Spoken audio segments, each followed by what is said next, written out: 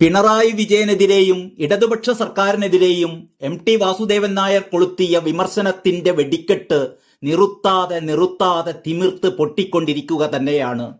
T പത്മനാഭനും സാനുമാഷിനും സക്കറിയക്കും സച്ചിദാനന്ദനും പിന്നാലെ മലയാളി യുവത്വത്തെ ഒരു കാലത്ത് ക്ഷോഭിക്കാനും പൊട്ടിത്തെറിക്കാനും പഠിപ്പിച്ച മയ്യഴിപ്പുഴയുടെ കഥാകാരൻ എം മുകുന്ദനും പിണറായിക്കെതിരായ വിമർശനത്തിന്റെ അമിട്ടിന് തിരികൊളുത്തി. സിംഹാസനത്തിലിരിക്കുന്നവർ അധികാരത്തിന്റെ രുചി അറിഞ്ഞവരാണ്. അവരോട് പറയാനുള്ളത് സിംഹാസനം ഒഴിയൂ എന്നാണ്. ജനങ്ങൾ വരുന്നുണ്ട് എന്നാണ്. ജനങ്ങൾ വരുന്നത് കണ്ടില്ലെങ്കിൽ ജനങ്ങൾ അവരെ സിംഹാസനത്തിൽ നിന്നും പിഴുതെറിയുക തന്നെ ചെയ്യും.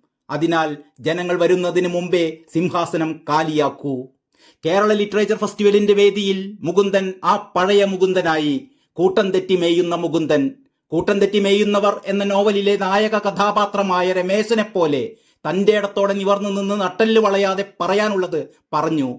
പിണറായിക്കെതിരെ എം.ടി. വാസുദേവൻ നായർ വിമർശനം തൊടുത്തുവിട്ട അതേ വേദിയിൽ വെച്ച് തന്നെ.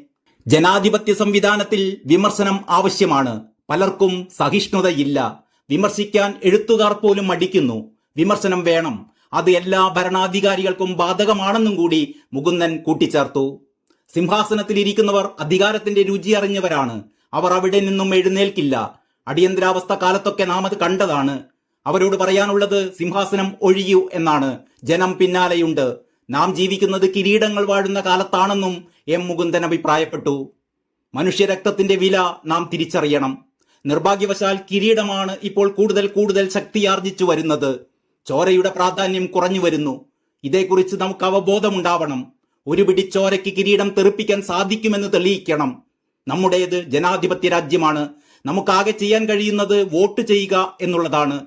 വോട്ട് ചെയ്തുകൊണ്ട് ചോരയുടെ പ്രാധാന്യം നാം അടയാളപ്പെടുത്തേണ്ടിയിരിക്കുന്നു. കിരീടം അപ്രസക്തമാണെന്ന് നാം പ്രസ്താവിക്കുക. അതിന് നമുക്ക് മുമ്പിലുള്ളത് തിരഞ്ഞെടുപ്പാണ്. തിരഞ്ഞെടുപ്പ് വൈകാതെ വരും. അപ്പോൾ ഈ വാചകം നമുക്ക് ഓർക്കാമെന്നും എം മുകുന്ദൻ പറഞ്ഞു.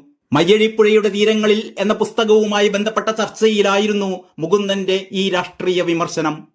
CPM നേതാവ് എം സ്വരാജിനെ വേദിയിലിരുത്തിക്കൊണ്ടായിരുന്നു മുകുന്ദന്റെ തീഷ്ണമായ ഈ വിമർശനം. ജനങ്ങൾക്കല്ല, ഇരിക്കുന്ന സിംഹാസനത്തിനാണ് വില എന്ന് ധരിക്കുന്നവരുണ്ട് നമ്മുടെ നാട്ടിലെന്നും അതിനെതിരായിട്ടാണ് താൻ പ്രതികരിച്ചതെന്നും എം മുകുന്ദൻ പിന്നീട് മാധ്യമപ്രവർത്തകരുടെ ചോദ്യത്തിന് മറുപടിയായി പറഞ്ഞു. സിംഹാസനമല്ല, ജനങ്ങളാണ് വലുത് എന്ന സന്ദേശം എന്റെ വായനക്കാർക്ക് നൽകുകയായിരുന്നു ഞാൻ എന്നും മുകുന്ദൻ വിശദീകരിച്ചു. ഇതെല്ലാ അധികാരികൾക്കും ബാധകമാണ്. കിരീടത്തിലേക്ക്, സിംഹാസനത്തിലേക്കുള്ള യാത്ര അത്ര എളുപ്പമല്ല. അത് ദുർഘടകരമായ യാത്രയാണ്.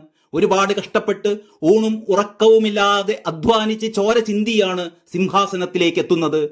ഒരിക്കൽ അവിടെ ഇരിപ്പുറപ്പിച്ചാൽ പിന്നെ നടന്നുപോയ വഴികളൊക്കെ മറന്നുപോകുന്നു. അതെല്ലായിടത്തും നമ്മൾ കാണുന്ന ഒരു കാഴ്ചയാണ്. യൂണിവേഴ്സലായ ഒരു കാഴ്ചയാണ്. അതുകൊണ്ട് അങ്ങനെ ഇരിക്കുന്നവരെ നാം ഓർമ്മിപ്പിക്കണം.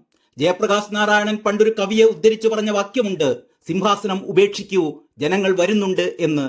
ജനങ്ങൾ വരുന്നത് കണ്ടില്ലെങ്കിൽ ജനങ്ങൾ അവരെ സിംഹാസനത്തിൽ നിന്നും പിഴുതെറിയും.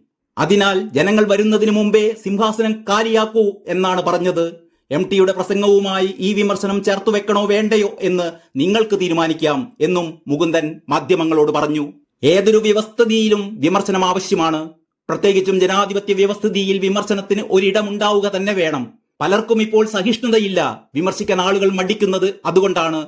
സക്രിയമായ വിമർശനം നമുക്ക് ആവശ്യമാണ്. അതുണ്ടെങ്കിലേ ജനാധിപത്യം വളരുകയുള്ളൂ. എഴുത്തുകാർ പോലും വിമർശിക്കാൻ ഇപ്പോൾ മടിക്കുകയാണ്. വിമർശിക്കാൻ പലർക്കും ഭയം തോന്നുകയാണ്. നിർഭയം വിമർശിക്കാനുള്ള ഒരു സ്പേസ് ഇന്ത്യയിൽ എല്ലായിടത്തും ഉണ്ടാവണം. കേരളത്തിലും ഉണ്ടാവണം. ചോര ഒഴുക്കാൻ അവസരം നൽകരുത്. അല്ലാതെ തന്നെ അതിന്റെ പ്രാധാന്യം നാം മനസ്സിലാക്കണം.